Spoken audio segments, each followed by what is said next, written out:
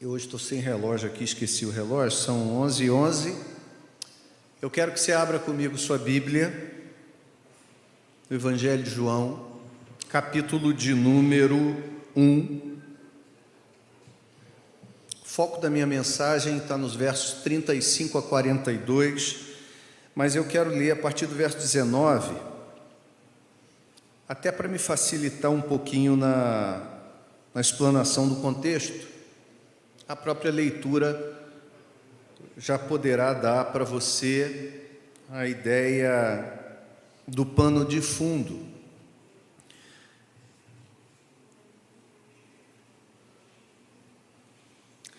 João capítulo 1, verso 19, nós vamos ler até o verso de número 42. Eu vou ler a Almeida Revista e Corrigida. É possível? Corrigida Fiel, ACF, Almeida Corrigida Fiel, se você puder, tiver aí. Ok, obrigado. Diz assim então, verso 19: E este é o testemunho de João, quando os judeus mandaram de Jerusalém sacerdotes e levitas para que lhe perguntassem: quem és tu? E confessou, e não negou, confessou: eu não sou o Cristo. E perguntaram-lhe: então o quê? Então que? És tu Elias? E disse: não sou. És tu profeta? E respondeu: não. Responderam-lhe, pois: quem és? Para que demos resposta àqueles que nos enviaram. Que dizes de ti mesmo? Disse: eu sou a voz do que clama no deserto, endireitai o caminho do Senhor, como disse o profeta Isaías. E os que tinham sido enviados eram dos fariseus, e perguntaram-lhe, disseram-lhe: por que batizas, pois, se tu não és o Cristo, nem Elias, nem o profeta? João respondeu-lhes, dizendo: eu batizo com água, mas no meio de vós está um a quem vós não conheceis. Este é aquele que vem após mim, que é antes de mim, do qual eu não sou digno de desatar a correia da sandália. Estas coisas aconteceram em Betabará, do outro lado do Jordão, onde João estava batizando. No dia seguinte, João viu a Jesus que vinha para ele e disse: eis o Cordeiro de Deus que tira o pecado do mundo. Este é aquele do qual eu disse: após mim vem um homem que é antes de mim, porque foi primeiro do que eu. E eu não o conhecia, mas para que ele fosse manifestado a Israel, vim eu, por isso, batizando com água. E João testificou dizendo: eu vi o Espírito descer do céu como pomba e repousar sobre ele. E eu não o conhecia, mas o que me mandou a batizar com água, esse me disse: sobre aquele que vires descer o Espírito, e sobre ele repousar, esse é o que batiza com o Espírito Santo. E eu vi e tenho testificado que este é o Filho de Deus. No dia seguinte, João estava outra vez ali, e dois dos seus discípulos, e vendo passar a Jesus, disse: eis aqui o Cordeiro de Deus. E os dois discípulos ouviram-no dizer isto e seguiram a Jesus. E Jesus, voltando-se e vendo que eles o seguiam, disse-lhes: que buscais?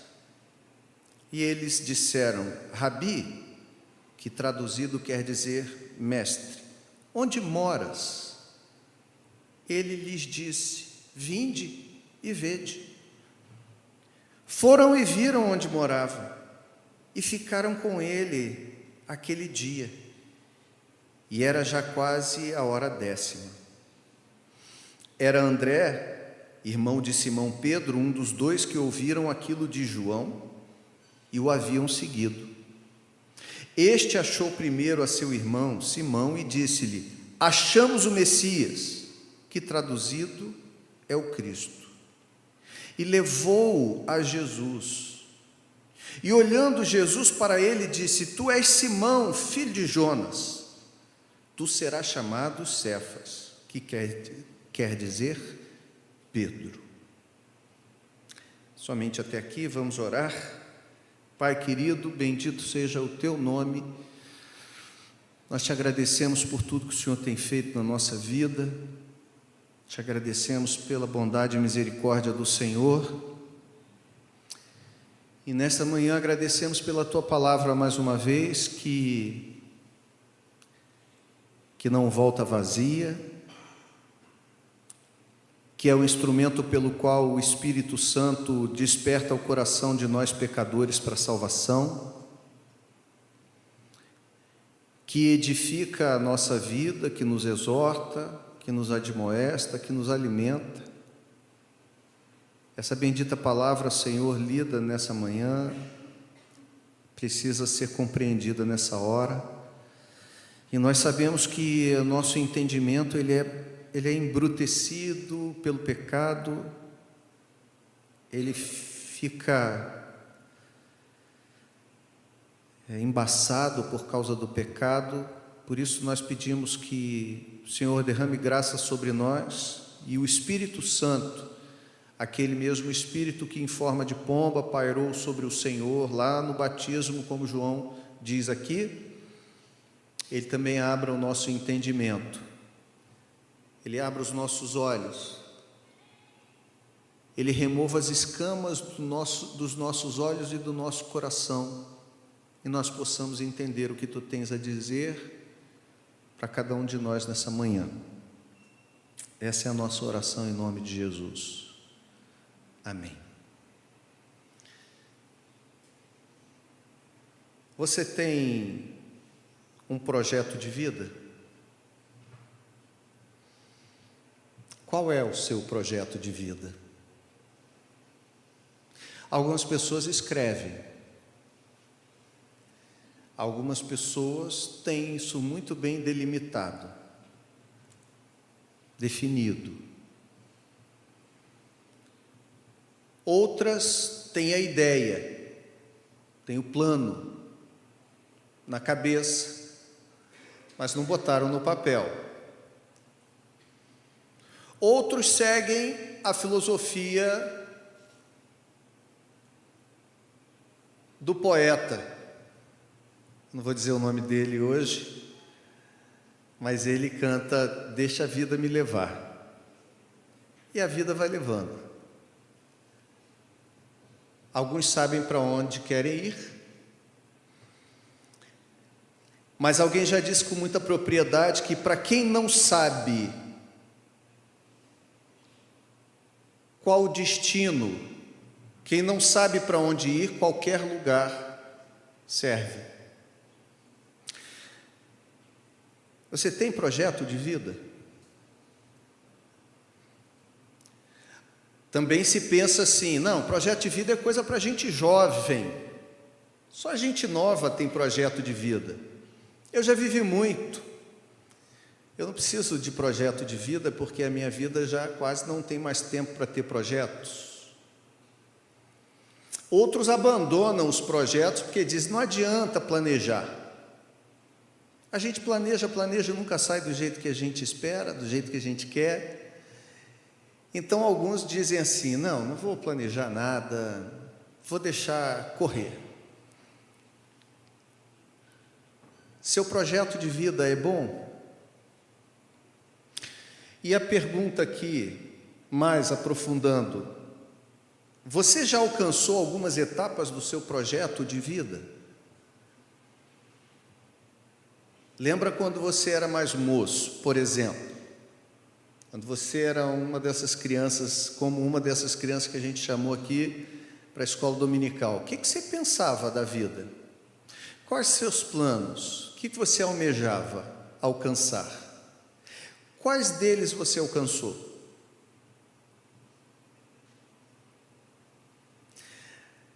Estou olhando ali para Osés e Carol. Carol pensava assim quando mais nova: quando eu crescer eu vou casar com um indiano.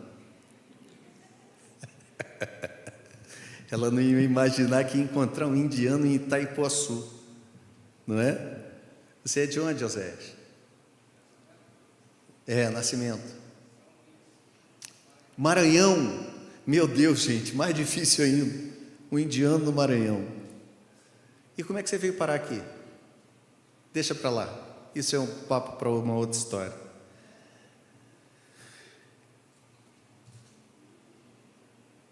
Eu nunca pensei em ser crente na minha vida. Isso nunca fez parte dos meus projetos. Talvez isso fosse uma das últimas coisas que eu poderia imaginar ou mesmo desejar. Desejar mesmo eu não desejava, não. Era tudo que eu não pensava. Era tudo que eu jamais imaginava. Ser crente, é claro que você está entendendo o que eu quero dizer, é ter essa experiência de fé. Eu não desejava, primeiro, porque eu não sabia como é que seria essa experiência. Segundo, que quem está de fora, sem ter uma experiência mais profunda, tem apenas os estereótipos, né? E na minha época, os estereótipos de crente eram muito diferentes do que a gente tem hoje em dia. Quando é que um crente, na minha época, seria alguém que viria ali, ó, Alex, Junça, camisinha listrada. Ele já passou dos 40, mas vem como se fosse um rapaz de 27 anos de idade. Marcos Paulo, já passou dos 40 também. 38. Isso é uma vergonha, Luiz Eduardo. Isso é uma vergonha, Luiz Eduardo. Marcos Paulo, eu vou denunciar a sua idade todos os dias da minha vida. Mas na minha época, ser crente era um negócio esquisito, feio, chato, antiquado, fora de moda, cafona. Era a turma do terno preto, que a gente zoava andando nos acostamentos lá de Itaboraí, quando moleque. Aquela turma debaixo do sol, andando de terno e gravata, indo para a igreja, era mais assim. O povo era mais sério também. Mas o estereótipo não era tão bom, né? Hoje em dia não. Hoje em dia, talvez, até algumas pessoas possam pensar, é possível que eu possa passar por essa religião? Tem gente bonita, todo mundo arrumado, né? Todo mundo vem, ó, Ana Lúcia, bota o seu vestido para o domingo pela manhã, e não é isso, as pessoas vêm, se arrumam, e aí elas vêm todas preparadas. Mas eu nunca pensei em ter uma experiência de fé na minha vida e ter isso como um projeto de vida. Isso passou muito longe. Talvez como exemplo dos discípulos de João Batista, que só tivessem um anseio ou alguns anseios em seus corações, também não planejassem um dia seguir a Jesus. Ter isso como um projeto pessoal para as suas vidas. Mas eles assim experimentaram, porque de alguma maneira estavam buscando alguma coisa que talvez também não soubessem o que era.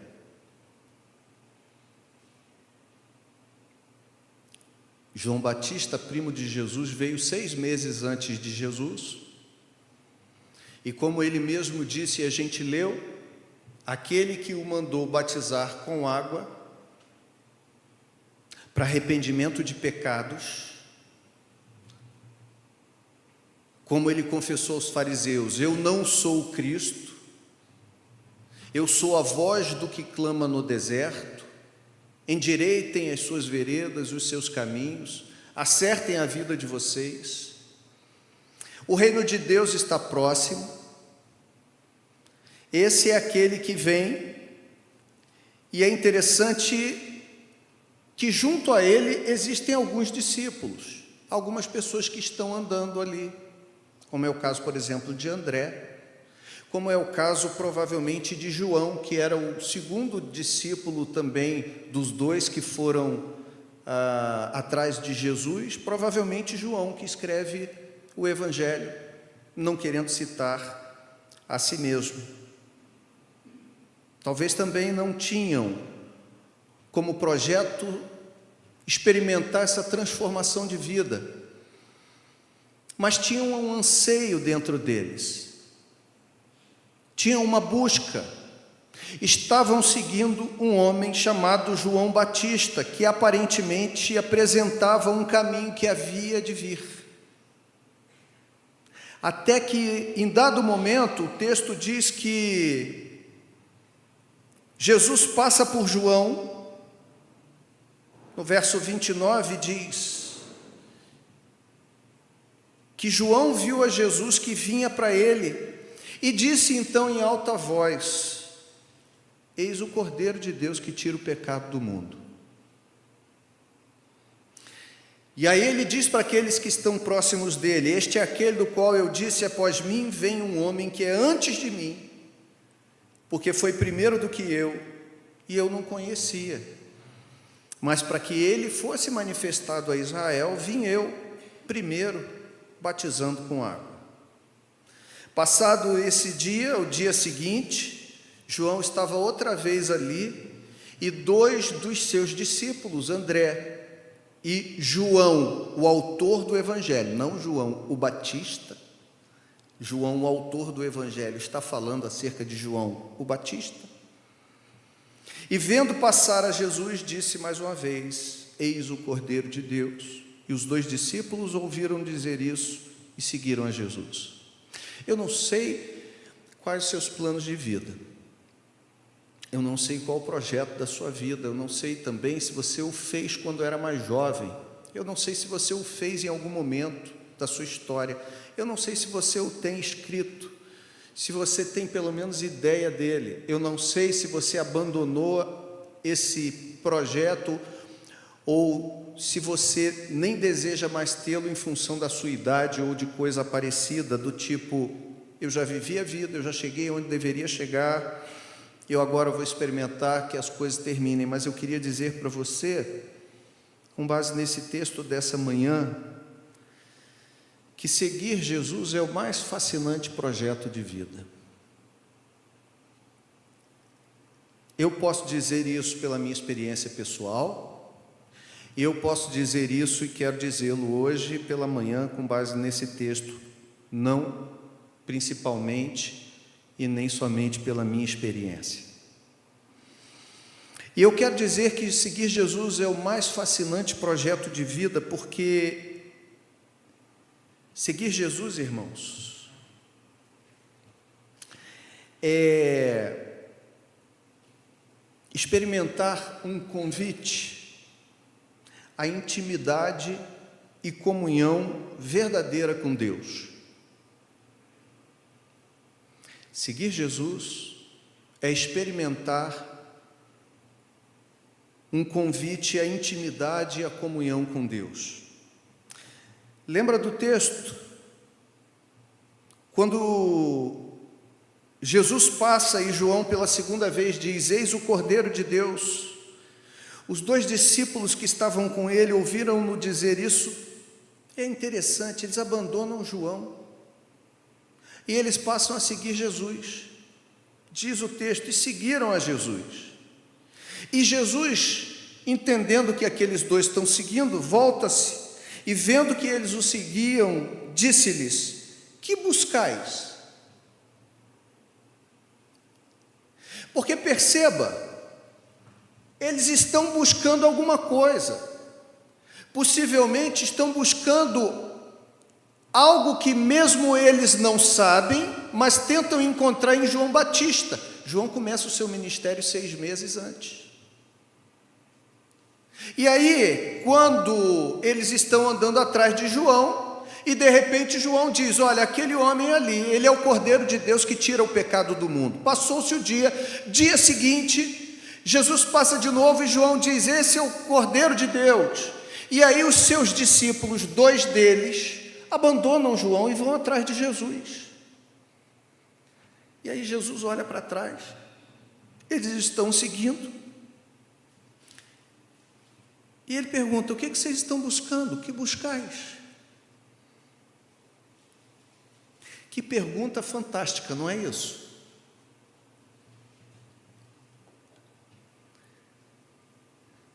Porque nem os caras sabem o que estão buscando.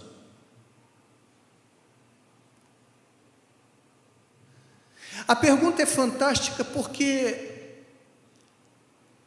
às vezes nós fazemos planejamento nas nossas vidas, pensamos no que nós desejamos, mas às vezes a gente não sabe nem o que buscar, nem o que quer.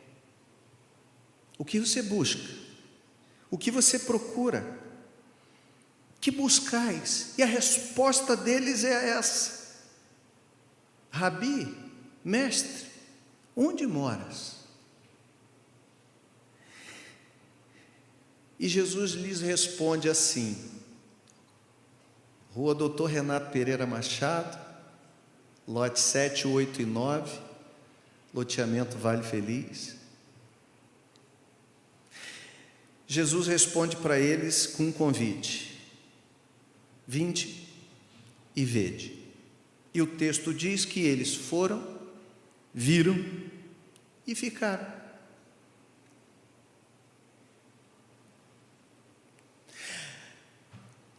Esses homens são discípulos de João, estão buscando alguma coisa, uma resposta, um sentido para a vida. Quando João diz que Jesus é o Cordeiro de Deus que tira o pecado do mundo, se sentem atraídos por Jesus e vão após Jesus. E ao perguntar a Jesus, o que recebem de Jesus é um convite para participar da vida e conviver com Ele.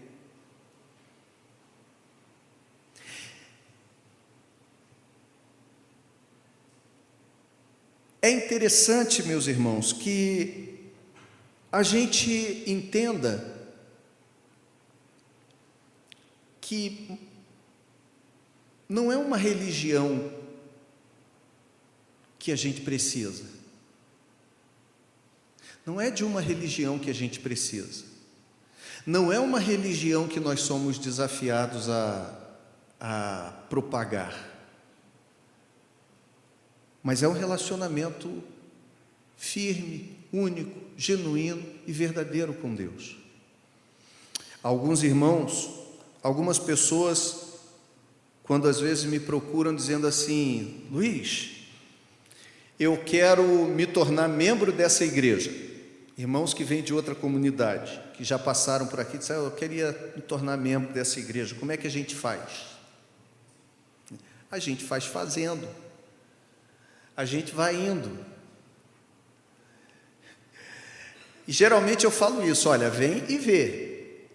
Fica aí, participa, experimenta, vê se, primeiro, é essa decisão mesmo que você quer tomar. Segundo, vê se é esse lugar mesmo que faz sentido para a sua vida. Porque nós somos desafiados e devemos então convidar ou demonstrar para as pessoas que há um convite para ter uma convivência em Deus e não apresentar para elas uma religião, ainda que seja uma religião que você possa dizer melhor do que a religião A, B ou C. Seguir Jesus é mais do que isso e é muito mais. Seguir Jesus é o mais fascinante projeto de vida, já dizia o escritor de um livro com esse mesmo título, lá no passado, que hoje em dia não dá nem muito para a gente citar mais o nome dele, de tão controverso que ele se tornou. Porque seguir a Jesus é um convite para ter intimidade com Deus, é um convite para terem a comunhão com Deus. Os discípulos foram, André foi, João foi, viram onde Jesus morava, Ficaram com ele aquele dia, e era já quase a hora 10ª, às 4 horas da tarde. Possivelmente, passaram ali o restante do dia e da noite, e tiveram um tempo de comunhão com Jesus. Deixa eu dizer para você uma coisa: não há nessa vida nada que transforme mais a gente, que nos dê mais sentido para viver, do que ter um relacionamento com Jesus Cristo. Muito mais do que fazer parte de uma igreja somente, de uma religião, ou dizer, agora me tornei evangélico. Mas o verdadeiro sentido está em ter comunhão com Jesus. É um convite à intimidade e comunhão com Ele. Venham e vejam. Olha, eu não sei como é que você planeja a sua vida. Eu não sei como que isso funciona, mas eu sei de uma coisa: antes de você dizer não, venha e veja. Antes de você se apressar a dar qualquer tipo de resposta, importante você ver o que Deus pode fazer. Esses homens certamente ficaram apaixonados pelo que Jesus fez com eles, antes de saberem e se tornarem os grandes propagadores da mensagem do Evangelho, ou aqueles que escreveriam cartas e documentos e teologia. Se eu perguntasse aqui, eu poderia perguntar a algumas pessoas: como é que foi a sua experiência? Foi a imposição de uma religião? Foi a imposição de uma fé? Foi a imposição de práticas? Foi chegar na igreja e no primeiro momento pareceu você emocionado, e no dia seguinte nós mandamos uma carta para você, dizendo para você: você precisa parar de fumar, você precisa parar de comer a gordura da picanha. Que isso ninguém fala, né, gente? Fala do cigarro, mas da gordura da picanha não. Até porque há controvérsias hoje em dia. Não é, Aldair? Dizem que essa gordura da carne já não é mais a grande vilã do colesterol e do entupimento das artérias. Olha que coisa fantástica. Isso é divino, uma notícia dessa, não é não? Isso é para glorificar de pé a igreja. Poxa! Mas a verdade é que quando a gente começa a se relacionar com Jesus, e esse é o chamado dele para você, esse é o chamado dele para mim, é um convite a uma vida de intimidade e comunhão com ele. Nós vamos experimentando cada dia um pouquinho mais daquilo que Deus pode fazer, que Ele deseja fazer, que Ele nos ensina. Nós vamos experimentando o seu amor, o seu cuidado, a sua firmeza. Eu fico pensando nesse momento lá, os discípulos de Jesus, esses dois, passando lá o restante do dia, jantando, conversando com Ele. Eles estão sentados à mesa, fim do dia, comendo lá um pãozinho com alguma outra coisa, perguntando a Jesus e conversando sobre trivialidades ou sobre coisas importantes da vida, tendo ali talvez não todas as suas respostas apresentadas no mesmo momento, mas se tornando, obrigado, Antônio, se tornando fascinados por aquilo que certamente tinham experimentado ali. Pensa na sua vida. Você que anda com Jesus há um tempo, esse convite à intimidade e comunhão com Ele tem demonstrado o que para você? Em termos de transformação, em termos de possibilidade. E pensa você que ainda não, que sente um desejo, sente um chamado. Talvez você não tenha um João Batista na sua vida, mas tenha algumas projeções de João Batista. Você é alguém que procura. Você procura em vários lugares, como eu procurei. Procurei no conhecimento, procurei lendo um pouco da psicologia, procurei no espiritismo, procurei um pouco na filosofia, sentido, sem encontrar, até que encontrei um convite. Recebi um convite que eu não conhecia muito bem, eu não sabia muito direito aonde aquele negócio ia dar, mas eu aceitei dar um passo na direção daquele convite. E esse convite me deu sentido à vida, que é o meu segundo aspecto aqui.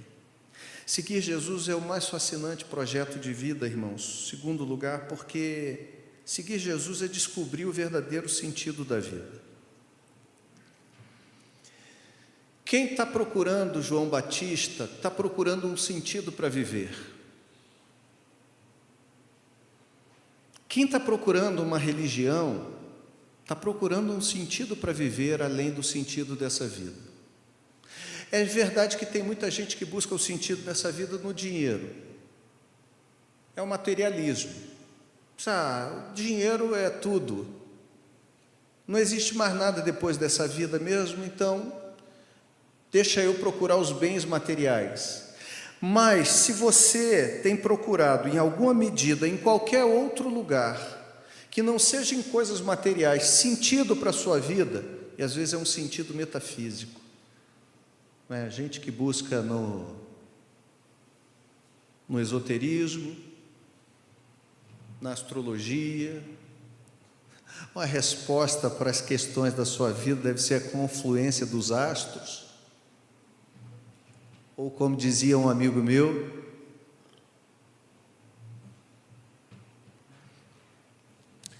que as coisas acontecem porque estava escrito nas estrelas. Mas seguir Jesus é o mais fascinante projeto de vida, em segundo lugar, porque é descobrir o sentido para a sua vida. Olha o que diz aí o verso de número 40 e 41. Eles foram, viram onde morava, ficaram com ele. Aquele dia era já quase a hora 10ª. Era André, irmão de Simão Pedro, um dos dois que ouviram aquilo de João, o Cordeiro de Deus que tira o pecado do mundo, e que o haviam seguido. E este André achou primeiro a seu irmão Simão e disse-lhe, o que ele disse para o seu irmão? Achamos o Messias. Ué, olha que coisa interessante.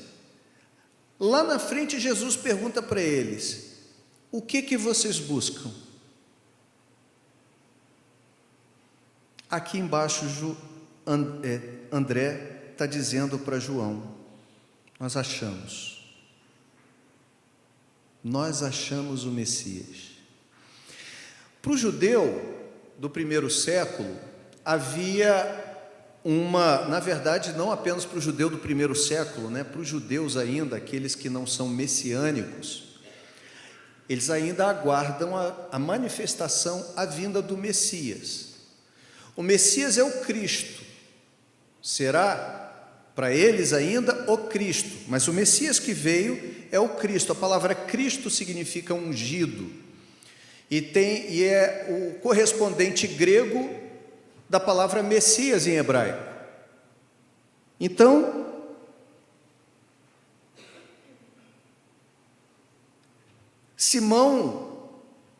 André diz a seu irmão Simão, achamos o Messias. O judeu aguardava a manifestação do Messias. Esse Messias, ele era descendente de Abraão. Em ti serão benditas todas as famílias da terra, uma bênção messiânica que Deus deu a Abraão. E esse Messias seria da linhagem de Davi, seria rei, teria o direito ao reinado. Mas esse Messias tinha a função de redimir Israel, de remir Israel das suas culpas. E quando João diz para os seus discípulos, olha, esse é o Cordeiro de Deus que tira o pecado do mundo, João não está dizendo isso para a gente que nunca matou um cordeiro na Páscoa para comemorar. Tem algum judeu aqui? Não dá nem para a gente pensar em termos de peru de Natal, dizer, este é o peru do Natal. Não tem nada a ver, não faz sentido. Porque o cordeiro era um animal que era morto desde a época da saída do Egito, em Êxodo capítulo 12, lembram? Esse animal era morto simbolicamente, em comemoração àquela saída apressada do Egito, quando do Êxodo. Deus orientou que as famílias se reunissem e um cordeiro fosse morto. E o sangue do animal passado na verga das portas, para que o anjo destruidor, o anjo da morte, ao passar ali na casa dos israelitas, desviasse, não entrasse, porque tinha o sangue nos umbrais das portas. Portanto, a marca era o sangue de um animal inocente, que ficou cerca de 1450 anos aproximadamente sendo sacrificado anualmente, até o dia em que, para nós cristãos, com a vinda de Jesus, naquela Páscoa fatídica na qual ele foi crucificado, tivesse sido ali o último cordeiro a ser morto, porque Jesus é o verdadeiro Cordeiro de Deus que tira o pecado do mundo. Teve uma época da minha vida, eu pensei em falar isso hoje, não vou falar. Eu me lembro que eu cresci até por volta dos 18 anos sem um sentimento religioso. Eu não tinha uma ideia religiosa na minha vida, não pensava sobre isso. Aos 18 anos, circunstâncias da vida me fizeram parar para pensar em algo mais que não fossem apenas aqueles planos que eu tinha. Trabalhar, ganhar meu dinheiro, comprar um carro, comprar uma casa, uma lancha, um jet ski, o que fosse. Não é aquilo que o jovem sonha, né? Uma moto, um carro, isso, aquilo. Aos 18 anos, então, eu fui despertado para necessidades maiores, no sentido afetivo, no sentido emocional, e que desencadearam na minha vida uma busca. Essa primeira busca eu encontrei um caminho, e eu encontrei um caminho no Espiritismo. Um amigo disse assim para mim, olha, vou levar você num lugar que vai te ajudar na sua caminhada, porque eu percebo que você está vivendo um momento muito difícil e eu tenho obtido ajuda nesse lugar. E ali eu tive um contato com o Espiritismo. Fiquei alguns anos ali. Mas eu me lembro que em todo o tempo que eu fui despertado para essas coisas e que eu estive ali dentro,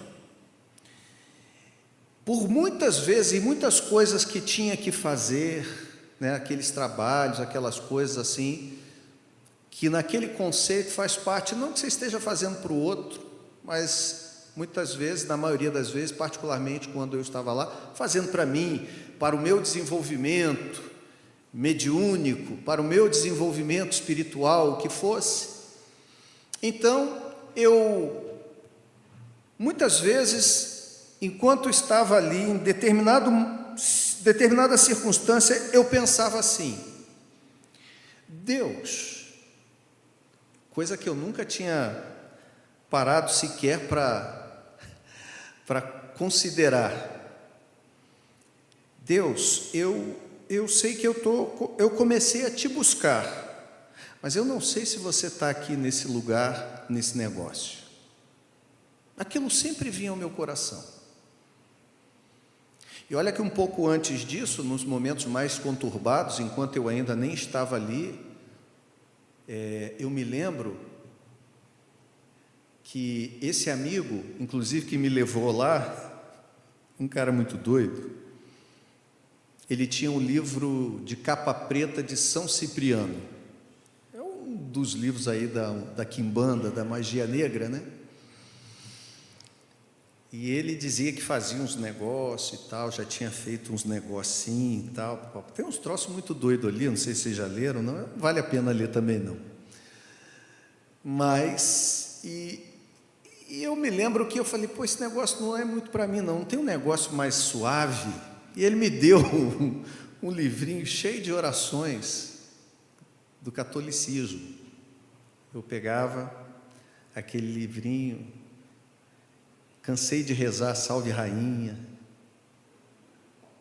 Ave Maria, pegava aquele livrinho, às vezes na noite, abria aquilo, lia.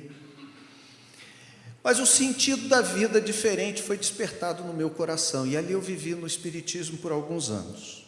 Muitos anos perguntando, Deus, começou uma busca no meu coração, mas será que o Senhor está nesse lugar?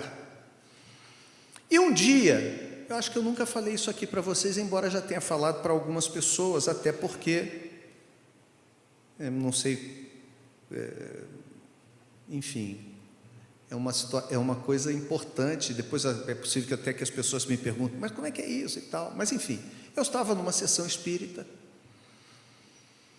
e uma pessoa, que era a pessoa que eu tinha mais contato dentro dessa realidade, ela incorporou um espírito com pouca luz.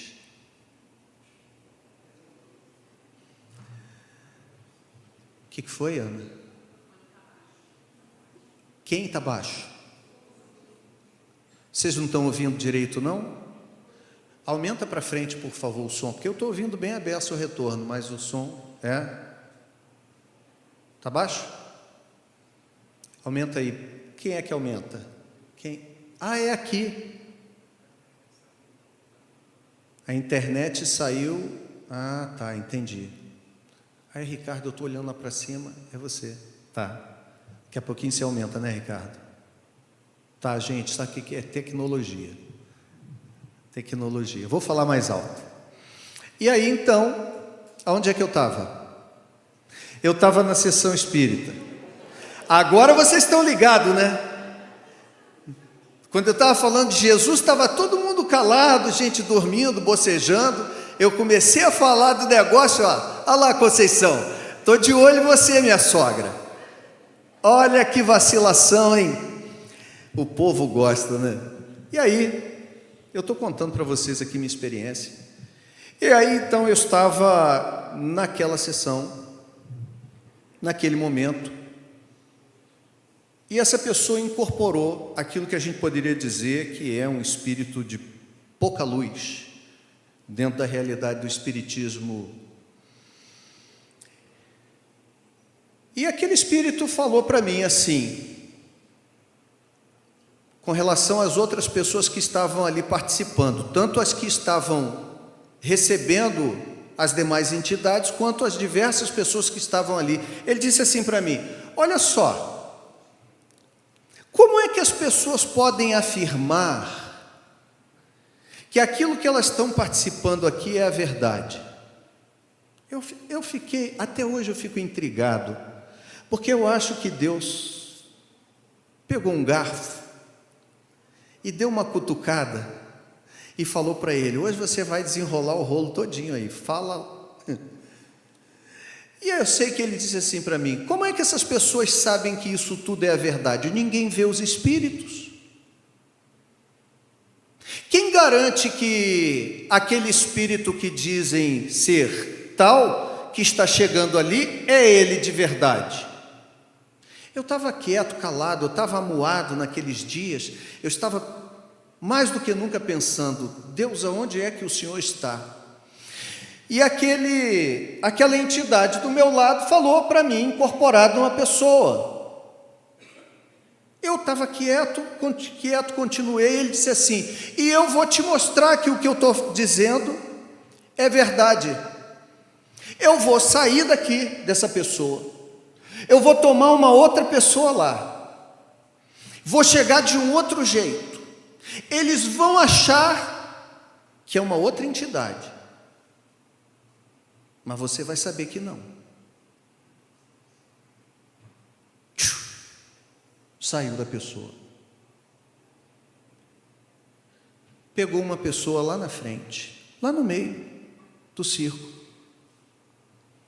Veio como uma outra entidade, dessa vez de luz.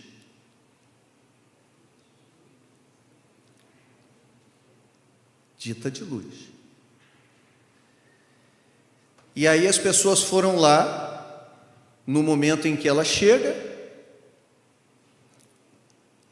se ajoelham, colocam seus aparatos, dançam a sua dança, realizam aquilo tudo, e eu estava quieto, encostado na parede que eu estava já antes, amuado, e olhei aquilo, mas ainda não tinha atinado para a coisa, até que depois de alguns minutos, aquele ser de luz, dessa vez, dito de luz, ele sai daquela pessoa, e ele volta para a pessoa que estava do meu lado, que antes estava com ele incorporado, e incorpora de novo naquela pessoa, levanta o chapéu.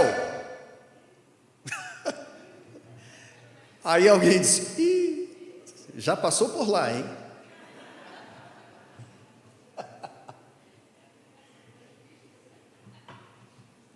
E diz para mim: viu só? Eu não te falei? Na hora que ele me disse aquilo, eu ouvi a voz de Deus a primeira vez na minha vida dentro de um centro espírita. E dali eu ouviria essa voz algumas outras vezes na minha vida. E Deus falou ao meu coração assim: o que você está fazendo aqui, Luiz?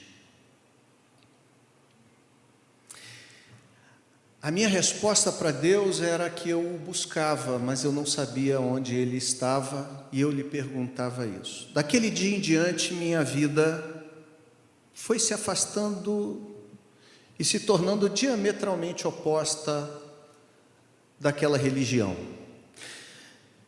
Eu não entendi que aquilo era Jesus, a Bíblia, e me tornei cristão da noite para o dia. Ainda demoraram 5 anos. Eu primeiro me afastei daquilo. Depois, a sede continuava no meu coração, a busca continuava, mas eu ainda não tinha achado. Havia uma procura, havia uma busca. Até que um dia encontrei, ou fui encontrado por ele, digamos assim, e as perguntas que tinha acerca da minha existência e da minha vida começaram a ser respondidas. Seguir Jesus é o mais fascinante projeto de vida, porque seguir Jesus é descobrir o sentido para a vida. É descobrir que a vida, primeiro, é mais do que isso aqui. Segundo, é descobrir a verdade que liberta, a verdade que dá sentido. E aí, minha outra crise posteriormente na vida foi fazer alguma coisa que eu entendesse que não tinha a ver com o sentido que eu havia descoberto. O que eu vou fazer da minha vida? Tentei construir casa. mas eu de alguma maneira percebi que as casas de concreto não poderiam ser levadas para a eternidade. E aquilo não tinha sentido para mim. É óbvio que aquele que constrói casa, que construa para a glória de Deus. Aquele que advoga, que faça para a glória de Deus. Aquele que salva vidas, que salve para a glória de Deus. Aquele que administra, que faça isso para a glória de Deus. Mas saiba, há um sentido muito maior na vida do que só isso. O verdadeiro sentido da vida é quando a gente encontra Jesus Cristo e tem um sentido não apenas para essa vida, mas para toda a eternidade. Você não vai levar os seus livros de registros para a eternidade. Você não vai levar os equipamentos da sua empresa para a eternidade. Você não vai levar o seu recurso bancário para a eternidade. Você não vai levar os seus equipamentos, de modo geral, naquilo que você exerce, para a eternidade. Eu não levaria casas de cimento e tijolo para a eternidade, mas casas feitas não por mãos humanas eu poderia contribuir para levar para a eternidade. Aonde eu e você estivermos, precisamos entender que Deus nos chamou para sermos muito mais do que simplesmente empresários, advogados, contadores, bombeiros, projetistas, desenhistas, engenheiros, faxineiros, lixeiros. Mas nós somos chamados para sermos instrumento de Deus na vida de outras pessoas, porque isso é descobrir o sentido da vida. Quando André diz assim, achamos o Messias, ele está dizendo de si, mas ele está apontando para o irmão. André sabe que essa necessidade não é só dele. André sabe que Simão também tem uma necessidade dessa. Eu e você sabemos que essa necessidade não é só nossa. Essa necessidade é de outras pessoas, é de outras pessoas que nos ouvem. E por isso que hoje eu contei para você essa história.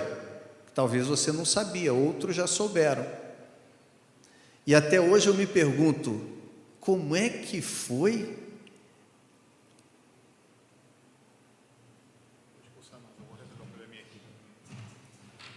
Essa não é a melhor hora.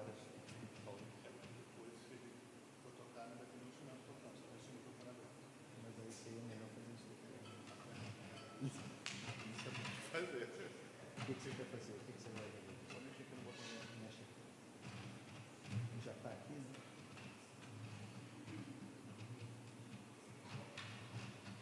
Desculpa.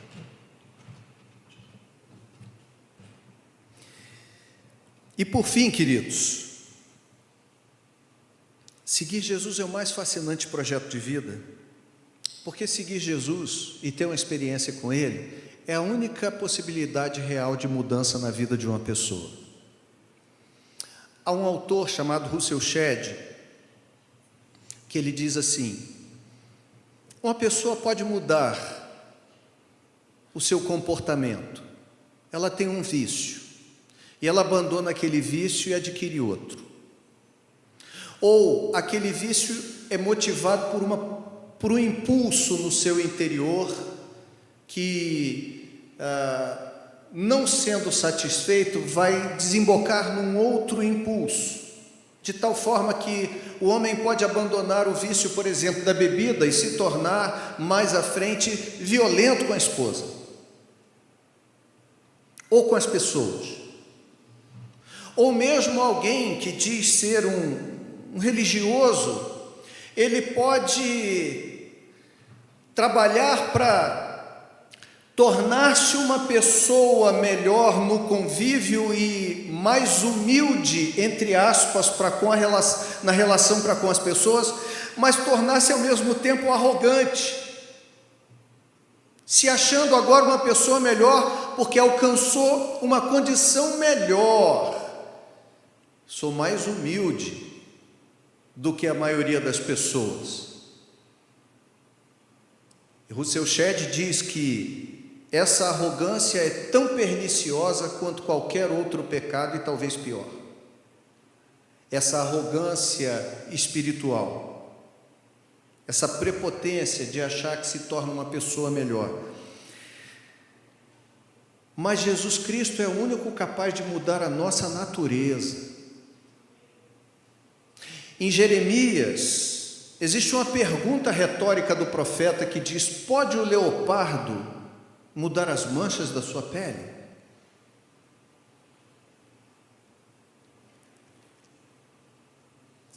Tampouco vocês, sendo maus, podem fazer coisas boas, mas Deus é capaz de mudar a nossa natureza. O verso 42, eu estou terminando, ele diz assim, depois que, no verso 41, quando André acha seu irmão Simão e diz assim: achamos o Messias, que traduzido é o Cristo. Verso 42 diz assim: e levou-o, quem? Simão, seu irmão, a Jesus. E olhando Jesus para ele, para Simão, disse: tu és Simão, filho de Jonas, tu serás chamado Cefas, que quer dizer Pedro. Jesus mudou o nome de João, de Simão, que a gente vai chamar de Pedro, Simão Bar-Jonas, Simão, filho de Jonas, ou filho de João, é o seu nome. O que significa Simão? Simão é uma cana agitada pelo vento. Simão é um pedaço de bambu, é uma vara que o vento dá e ele sacode para um lado e ele sacode para o outro. É esse o significado de Simão: inconstante, temeroso. Mas Cefas, Kefa, é pedra, é rocha. E Jesus, quando Simão vem para ele, quando André leva seu irmão, e quando Jesus olha para Pedro, que a gente chama de Pedro, mas que é Simão, Jesus diz para ele: tu és Simão, vacilão, arregão, medrosão. Porque é esse o Simão que diz: eu vou contigo até a morte, Senhor, quando vão prender Jesus. Mas é arregão, porque naquela noite Jesus diz: você vai me negar 3 vezes antes que o galo cante. E quando o galo canta, ou a trombeta toca, Simão tinha negado Jesus por 3 vezes já, e sai dali chorando amargamente. Por quê? Porque era inconstante, porque era o cara que batia no peito, dizia eu sou o cara, mas não era nada, ele não tinha coragem de nada, ele era vacilão, ele era regão. Tu és Simão, tu és uma cana agitada pelo vento, você é inconstante.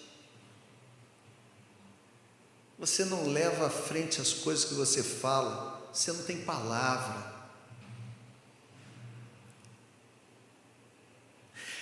Mas tu serás chamado pedra, rocha. Que diferença, né? O vento bate. Penso aqui, quando eu leio esse texto, vejo essas árvores aqui que vão e voltam, e quando o vento bate lá na Pedra do Pampo, em Itacoatiara, ou a Pedra do Costão, não sai do lugar, é inerte, não varia, não vacila. O Pedro, que disse para Jesus que ia com ele até a morte, na mesma noite negou Jesus por 3 vezes por medo. Você é galileu igual a eles, né? Você fala igual a ele. Eu acho que você viu, eu acho que eu vi você junto com Jesus também. E Pedro disse: de jeito nenhum, e amaldiçoou as pessoas que falavam, porque ele teve medo, e ele fugiu. E depois, angustiado, amargurado, foi lá voltar a pescar lá no Mar da Galileia. Jesus vai com ele, confronta Pedro e diz para ele lá no final do Evangelho de João: Pedro, deixa eu dizer para você uma coisa, quando você era mais moço, cingias a ti mesmo, botava a sua roupa e ia para onde você queria. Quando você for mais velho, virá um mais forte do que te cingirás e te levarás para um lugar para onde você não quer. E João diz assim: falava isso o Senhor a respeito de que tipo de morte Pedro haveria de morrer. O cara que disse que ia para a morte com Jesus antes e não teve coragem de ir, foi o cara que tempos depois morreu martirizado por não negar o Evangelho, dizendo: me crucifiquem de cabeça para baixo, porque não sou digno de morrer como meu Senhor.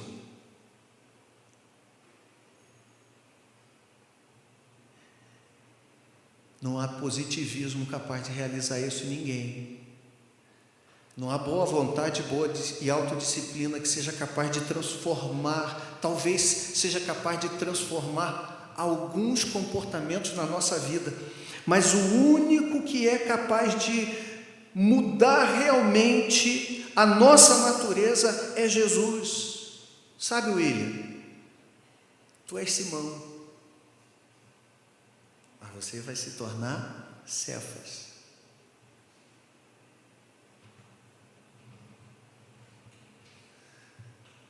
Sabe, Fabiana, tu és Simão. Felipe olhou para o lado e falou: ô pastor, para aí, mas tu se tornarás Cefas. Seguir Jesus é o mais fascinante projeto de vida, porque só Jesus é, de fato, a nossa possibilidade real de mudança. Não há transformação real fora de Jesus. O Pedro vacilão, arregão, medroso, inconstante, infiel nas suas decisões, nas suas palavras, se torna alguém extremamente confiável, extremamente capaz, que tem a sua natureza transformada. Seguir Jesus é o mais fascinante projeto de vida. Primeiro, porque caminhar com Jesus é um convite à intimidade com Deus diária. Eu não sei se você o conhece. Eu sei que tem gente aqui na nossa comunidade que está conhecendo. Aceite o convite de Jesus de caminhar em intimidade com Ele, em comunhão com Ele. Experimente tudo aquilo que Jesus pode fazer. Ele jamais decepcionará você. As religiões podem nos decepcionar quando a gente aceita a religião antes de aceitar Cristo. Quando a gente, porém, recebe Jesus antes e tem um relacionamento com Ele, nós entendemos que a nossa parte religiosa faz parte da vida cristã, mas ela não é o que determina a nossa vida cristã. Segundo lugar, seguir Jesus é o mais fascinante projeto de vida, porque só em Jesus a gente descobre o verdadeiro sentido da vida e o propósito. Há o catecismo, uma confissão de fé, chamado Catecismo de Westminster, que diz na sua primeira pergunta é assim: qual é a finalidade última do ser humano? E a resposta é, a pergunta número 1 do Catecismo Maior de Westminster é: a finalidade última do ser humano é viver para a sua glória, é glorificar a Deus e gozá-lo para todo sempre.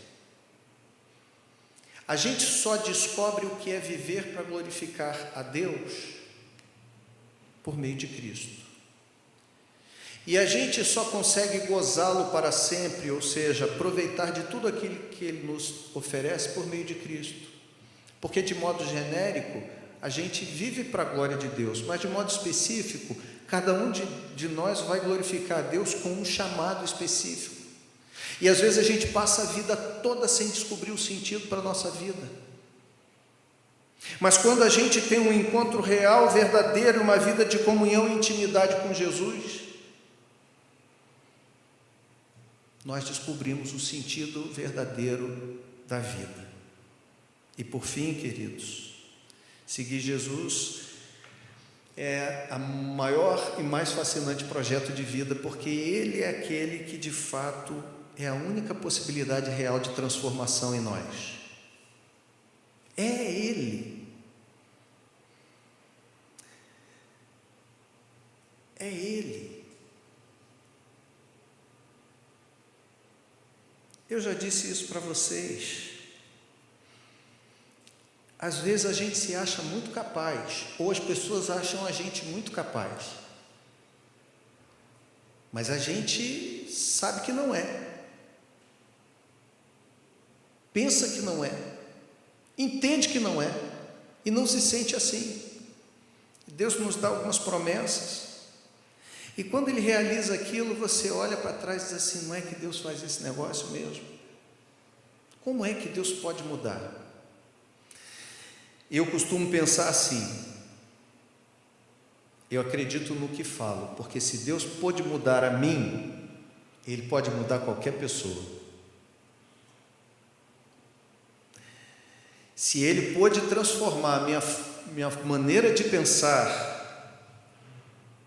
um homem distante de Deus, um homem hostil à mensagem do Evangelho, hostil aos evangélicos, hostil a esse negócio aqui. Quando as pessoas me chamavam, vai lá ouvir a palavra, eu dizia: só se eu estiver louco para ficar 1 hora ouvindo um cara falar no meu ouvido. Castigo que Deus deu a vocês, hein? Agora sou eu que faço isso com vocês aqui. Cada pecador tem aquilo que merece, né, gente? Uns falam demais, né? Outros. Brincadeira, mas eu falei: caramba, isso não é para mim. Eu não tenho como chegar aqui. E cheguei. Eu não cheguei pelo meu poder, não, irmãos. Tiveram muitos dias sombrios, muitas noites tenebrosas que eu falei: caramba, eu não vou ter condição disso nunca na minha vida. E a graça de Deus me trouxe até aqui. A graça de Deus também te leva para o lugar onde Ele tem, porque só Ele pode mudar a nossa verdadeira natureza e transformar a gente verdadeiramente. Vamos ficar de pé. Eu não sei qual é o seu projeto de vida, mas como eu estava dizendo para você no início da nossa conversa nessa manhã, o mais fascinante projeto de vida é seguir a Jesus. Os discípulos de João Batista estavam buscando alguma coisa atrás de João Batista, mas o negócio não era com João Batista, o negócio é com Jesus. E Jesus continua chamando pessoas hoje, como nos tem chamado cada um de nós. Ele chama para vir e ver, Ele nos desafia a caminhar com Ele, Ele nos leva a experimentar sentido para a vida, e Ele é capaz de transformar a nossa natureza. Se você deseja assumir esse projeto para a sua vida, faça essa oração comigo nessa manhã. Pai querido, louvamos o Teu nome grandemente. Muito obrigado pela Tua graça sobre nós. É possível que nessa hora algumas pessoas estejam pela primeira vez tomando essa decisão em suas vidas, de aceitarem um convite para uma intimidade e uma transformação com o Senhor.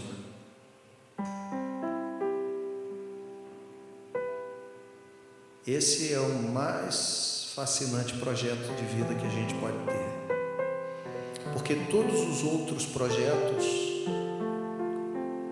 advirão desse.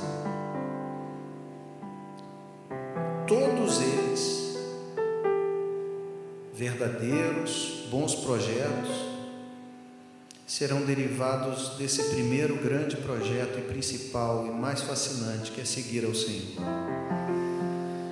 Se nessa manhã, Senhor, existem pessoas no nosso meio que ainda não tomaram essa decisão, mas que estão abrindo seus corações, dizendo: Jesus, eu vou deixar João Batista. Quem sabe não é hoje que você precisa abandonar o João Batista, o horóscopo, o signo. Quem sabe não é hoje você que procura, precisa abandonar aquela fezinha que demonstra a sua busca, mas que não tem te trazido resposta. Seja hoje. E você aceite o convite de Jesus e seu coração vem e vê. Então, Senhor, colocamos aqui as nossas vidas, aqueles que pertencem ao Senhor, que entendem que tem um chamado, um propósito, e tem experimentado essa transformação, que sejam cada dia mais cativados pela Tua presença e transformados pelo Teu poder, porque tem muita coisa que precisa ser transformada ainda na vida da gente, muita coisa que precisa ser transformada na vida da gente, mas aqueles, Senhor, que também que abrem seus corações para esse projeto de vida, que o Senhor possa abraçá-los poderosamente, que o Senhor possa tomá-los em Tuas mãos grandemente e que possam experimentar, vindo e vendo, e participando de tudo aquilo que o Senhor pode realizar, sejam alcançados pela Sua graça. Muito obrigado nesta manhã por mais um dia. Que o Senhor também nos ensine a levar essa mensagem, como André, que uma vez indo e vendo, voltou e apresentou também o seu irmão a Jesus. Que façamos também esse movimento, que nos lembremos de que há pessoas que nós amamos, há filhos, há filhas, há irmãos, há pessoas que nós amamos que precisam receber essa mesma mensagem. Que o Senhor possa nos abençoar e realizar essa obra em nossas vidas.